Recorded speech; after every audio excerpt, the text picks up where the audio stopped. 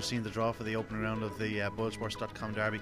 Some decent clashes, but no real heat of death as such. One of two interesting heats, and perhaps the most interesting of them all is going to come very early, Heat 2, which features John Boyles, of course, Boylesports hero, and it's probably the hottest heat of the round. Yeah, well, it's one of them. Emer Superstar in 3, Indigo Jack in 2. They've got great early pace. There'll be no room for error for Boylesports here as the traps rise. He can be inclined to slightly miss the kick, not alarmingly, but he can often just miss the kick slightly. Will be affected if he does that. He'll need to pop out. If he gets around the opening bend, you'd still fancy me. Held Emer Superstar on the occasions that the pair met down in Clonmel. I was there those nights. I see no reason why Emer Superstar will reverse that form. I think if Hero pops out, he will win. I think he'll be pretty short favoured as well. But Indigo Jack in 2, Emer Superstar in 3. If Hero did slightly miss the kick and they popped out, could give him a good race. We'll look at a third heat here, where Skywalker Farlow, who's been long since up the top of the betting, he's currently your second favourite, I believe, Skywalker Farlow, and he's in trap 5 in heat 3. Yeah, he's joint favourite along with Droopy's Nidge. Both of those are at 10 to 1 or 16 to 1 bar in there.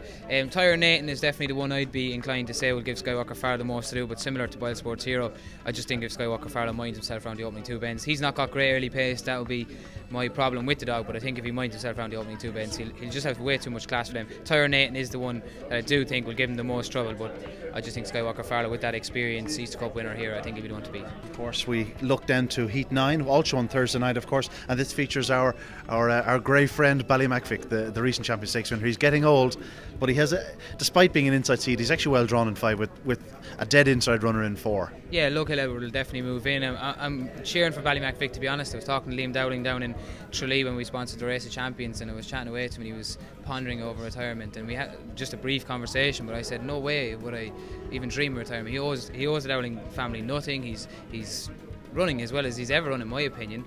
He's been unlucky. He should have won a lot more than he has, and I just think the dog's been a little bit unlucky. And I think he's got a great make-up here. Homeless Boy wouldn't be the best early pace runner in the world. Look at Edward, as you said, will probably move in. Jack's Ace can be inclined to miss the kick too, so I just think Vic on the outside, I think he'll go up straight. I don't think he'll dive to the rails. I think he'll go up straight. I think he'll clear those, and I think it'll be off to win and start for the Vic. To the action from Saturday night, and the first one we're going to look at, Heat 12, where Hold'em Spy, probably the best of the British challengers, although they do have a strong team, but Hold'em Spy, the Scottish Derby winner, will certainly attract plenty of support in Heat 12. Oh, without question. I'm on my big prices myself. I fancied him. The way he ran here last year, I thought he was very unfortunate to go out due to injury. He won the Scottish Derby, as you said. He was an unluckier Greyhound running in Wimbledon this year. He was nearly knocked over at the first bend. He missed out on a short head in qualification. He loves Shelbourne. It's a wide track, it's a big track, it's a 550. I see Hold'em Spy being there in the latter stages, all going according to plan. I think he'll be there come the latter rounds. I think he'll have a decent make-up here. I'm slightly biased because my dad has 2 runners in the race with Apollo and JT Osprey as well. Apollo is brilliantly drawn in 1. I think he'll give him a good race because Apollo is strong. He stays to 550 well. Hold'em Spy will have the experience. I think Apollo will probably lead up on the inside, and I just think Hold'em Spy might just have a little bit too much for him on the outside. Heat 13, and we mentioned the British Challenge. We also have a British challenger here, Droobies Ward, the English Derby runner-up, perfectly drawn on the fence. He's a strong runner, and by all accounts he should love Shelbourne Park, surely. Yeah, he should. I think he's made for Shelbourne Park, to be honest. I think he done a good trial here. Everything suggests he will. He ran very, very well for a young dog at English Derby. I thought for a split second myself he could have even won the Derby. So I think Droobies Ward in 1 is the one to beat. Metro Jack in 3, we all know about him. I think he's the one that could give Trap 1 the most to do. And I think if Metro Jack leads the 1 to the bend, which you'd probably say is likely, I think Droobies Ward will have to stretch himself to beat Metro Jack, to be honest. I think Metro Jack might just actually beat Droobies Ward, to be honest. I think that race to the bend will suit the 3, and I think 3 will lead. Whizzing around in 6 will have the early pace. He's got Sprinter's early pace. He could go up and lead around the opening bend, but I think if Metro Jack can just clear the inside 2, I think Metro Jack might just have a little bit too much for Droobies Ward. I do see Ward qualifying, I do see him running a big Derby, but I just think Metro Jack with the experience might just have. On so to Heat 14, and a certain dog called Droobies Nidge. Now this dog needs no introduction. Well drawn out in trap 6. It's not a bad way to start his derby. It's not a bad way to start the derby, but I would be slightly concerned about the 3 inside runners. Nidge has done nothing wrong.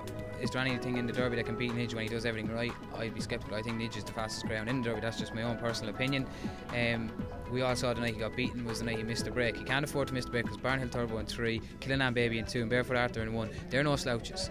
They'll stay to 550 well. They're running well at the moment, and I just think that I think Nidge will win. I think it's probably safe to say if he breaks, he'll have way too much for these. But I do think that it'll be a nice workout for him. He won't get it easy with the 3 inside runners, and if he did make a mistake or two, I'm sure they'll be ready to pounce. Certainly a greyhound that everybody's excited to see again on the track. Skywalker Puma, a brilliant Derby winner here 2 years ago. Of course, had big problems here last year, got injured and was retired to stud. By all accounts, he's back, and his form would suggest that he's in good enough nick, and who knows what might happen in the next few weeks. And he runs in the final heat on Saturday night.